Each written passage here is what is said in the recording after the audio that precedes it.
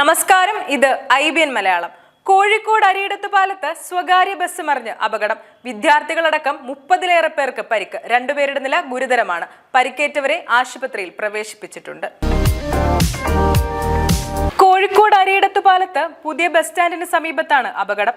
കോഴിക്കോട് നിന്ന് മാവൂർ റൂട്ടിലേക്ക് പോകുന്ന ലിയമോൾ എന്ന ബസ്സാണ് അപകടത്തിൽപ്പെട്ടത്. 20 പേരെ ബേബി മെമ്മോറിയൽ ആശുപത്രിയിലും 10 പേരെ കോഴിക്കോട് മെഡിക്കൽ കോളേജിലുമാണ് പ്രവേശിപ്പിച്ചത്. നിരവധി പേർക്ക് പരിക്കുണ്ട്. ഇതിൽ 2 പേരുടെ നില ഗുരുതരമാണ്. കൂടുതലും യൂണിഫോം ധരിച്ച വിദ്യാർത്ഥികളാണ് ബസ്സിലുണ്ടായിരുന്നത്. ബസ് അമിത വേഗതയിലായിരുന്നു. ബൈക്കിനെ മറികടക്കാൻ ശ്രമിക്കുമ്പോഴായിരുന്നു അപകടം. തുടർന്ന് ബൈക്കിനെ ഇടിക്കുകയും പിന്നീട് നിയന്ത്രണം തെറ്റി മറിയുകയുമായിരുന്നു. 20 മീറ്ററോളം ബസ് നിരങ്ങി നീങ്ങുകയായിരുന്നു. അതിൽ നിന്ന് അപകടത്തിന്റെ തീവ്രത കൂടാനാണ് സാധ്യത. 4 മണി സമയമായതിനാൽ ബസിന്റെ സീറ്റ് മുഴുവൻ ഫുള്ളായിരുന്നു. കൂടുതലും സ്കൂൾ വിദ്യാർത്ഥികളായിരുന്നു ബസ്സിലുണ്ടായിരുന്നത്. നിലവിൽ അപകടത്തിൽപ്പെട്ട ബസ് എത്രയും പെട്ടെന്ന് മാറ്റാനുള്ള ശ്രമങ്ങളാണ് നടന്നുകൊണ്ടിരിക്കുന്നത്.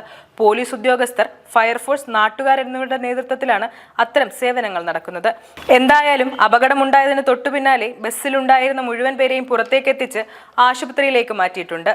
ദൃക്സാക്ഷികൾ പറയുന്നതനുസരിച്ച് ബൈക്കിനെ മറികടക്കുമ്പോഴായിരുന്നു അപകടം എന്നതിലടക്കം വ്യക്തത വരേണ്ടതുണ്ട്. ഔദ്യോഗികമായ പരിശോധനാ ഫലങ്ങളും CCTV ദൃശ്യങ്ങളും ഈ അവസരത്തിൽ കിട്ടിയാലേ ഇതിനൊക്കെ വ്യക്തത വരികയുള്ളൂ. ദൃശ്യങ്ങളിൽ നിന്ന് വ്യക്തമാകുന്ന മറ്റൊരു കാര്യം ബസിന്റെ ടയറുകൾ പഴയതാണെന്നതാണ്.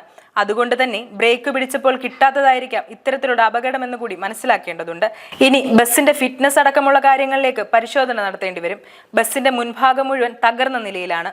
ടൗൺ ആയതുകൊണ്ട് തന്നെ ഇപ്പോൾ ഗതാഗതത്തിന് തടസ്സമില്ലാതിരിക്കാനായി ബസ് സ്ഥലത്ത് നിന്ന് മാറ്റാനുള്ള ശ്രമങ്ങളാണ് നടന്നുകൊണ്ടിരിക്കുന്നത്. നാട്ടുകാരായ ഓട്ടോ ജീവനക്കാരാണ് ആദ്യമായി അപകടം കണ്ടതും രക്ഷാപ്രവർത്തനത്തിന് മുൻകൈയെടുത്തതും.